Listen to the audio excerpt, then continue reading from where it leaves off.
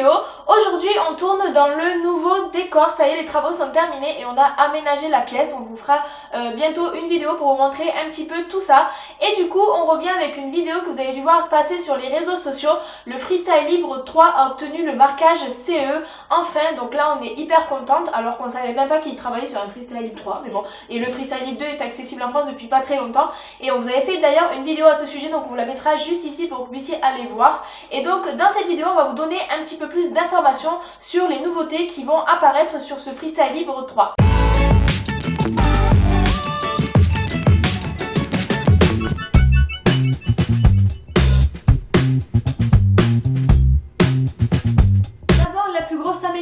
Qu'ils ont pu faire sur le Freestyle Libre 3, c'est le visuel. En effet, la plus grosse amélioration, c'est qu'il est beaucoup plus petit et beaucoup plus fin que le Freestyle Libre 1 et le Freestyle Libre 2. Ils ont enlevé à peu près 70% du Freestyle Libre 1 pour garder le Freestyle Libre 3 et vraiment c'est une avancée considérable. C'est vraiment tout petit et on a à peu près compté que ça représentait une pièce de 5 centimes d'euros, donc vous pouvez aller voir les petites pièces oranges. C'est à peu près cette taille là, alors on sait pas exactement le diamètre et tout ça, la taille, mais en tout cas ce sera largement plus petit que ce qu'on peut avoir sur le bras actuellement, donc ce sera peut-être beaucoup plus facile à porter et plus discret. Le deuxième changement que Abbott a opéré sur le Freestyle Libre 3, et il s'en vante dans les dernières annonces qu'ils ont postées, c'est l'aspect écologique, parce que là vous voyez que quand on met un Freestyle Libre 1 ou 2,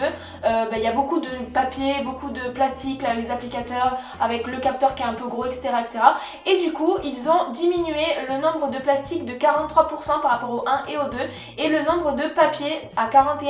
ils ont diminué de 41%,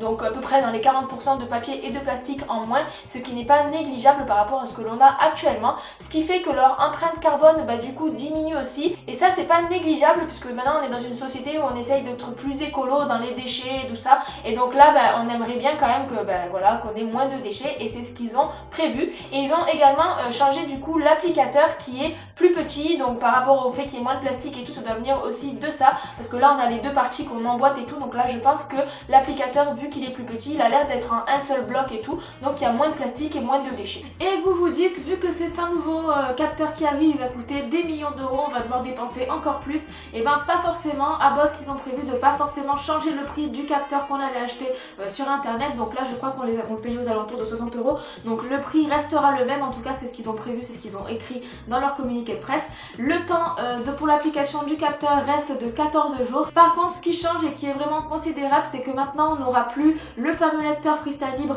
n'existe plus. Pour le 1 et 2 on avait un petit lecteur exprès pour le 1, un petit lecteur exprès pour le 2. Là il n'existe plus de lecteur, tout sera sur une application sur le smartphone. Et donc on imagine bien que l'application qui est actuellement sur le téléphone, ce sera pas forcément celle-ci, mais qui vont faire une nouvelle application qui sera beaucoup plus moderne, qui correspondra bien au Freestyle Libre 3. Et enfin le dernier gros changement de ce Freestyle Libre 3, c'est qu'il n'y a plus du tout de scan à faire, et ça c'est un très gros changement, parce que quand il y a le 1 qui est sorti, tout le monde se scannait. Le Freestyle Libre 2,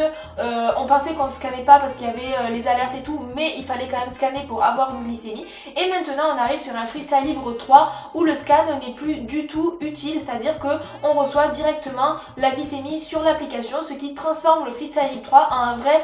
CGM, un capteur de glucose en continu. Ce qui fait que Freestyle Libre 3 rentre un petit peu dans la compétition de tout ce qui est boucle fermée, parce que vous savez que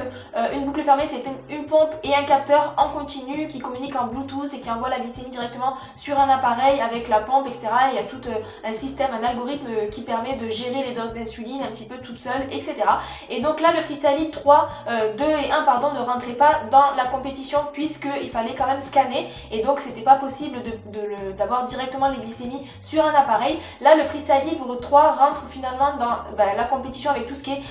Dexcom G5, G6, voilà, les capteurs comme ça en continu, puisque ce Freestyle Libre 3 va envoyer les glycémies directement en Bluetooth à l'application ou alors à d'autres appareils comme des pompes à insuline, et va pouvoir rentrer dans le système de boucle fermée. Voilà pour toutes les informations concernant le Freestyle Libre 3. On a vraiment l'impression, quand ils nous ont donné toutes ces infos là, que Abbott a bien respecté vraiment les attentes et les envies des patients. Bon, en même temps ils n'avaient pas forcément le choix parce qu'il fallait vraiment rentrer sur le marché du CGM et des boucles fermées, parce que les boucles fermées vont arriver de plus en plus chez nous, donc il fallait vraiment qu'ils s'allient à ça aussi, donc c'est normal, ils ont voulu gagner de l'argent, ils ont voulu sortir ça, c'est tout à fait logique, on l'entend, mais en tout cas nous on est très contente que ça puisse sortir avec Abbott, parce que le freestyle libre on en est plutôt contente, donc on a hâte de le tester, surtout que c'est vraiment un capteur qui est pas cher, voilà 60 € pour un CGM comme ça, c'est vraiment pas cher, je crois que c'est un des moins chers. Bien sûr on a hâte de le tester pour voir si toutes ces attentes sont bien respectées et si en utilisation au quotidien ça passe très très bien. Donc on vous fera des vidéos au moment où on arrivera à le tester. N'hésitez pas à nous suivre sur les réseaux sociaux pour avoir toutes les nouvelles vidéos, toutes les infos concernant tout ça. N'hésitez pas à nous suivre sur Facebook, YouTube, tout ça pour recevoir la notification en cas de nouvelles vidéos. Merci d'avoir suivi cette vidéo et à bientôt.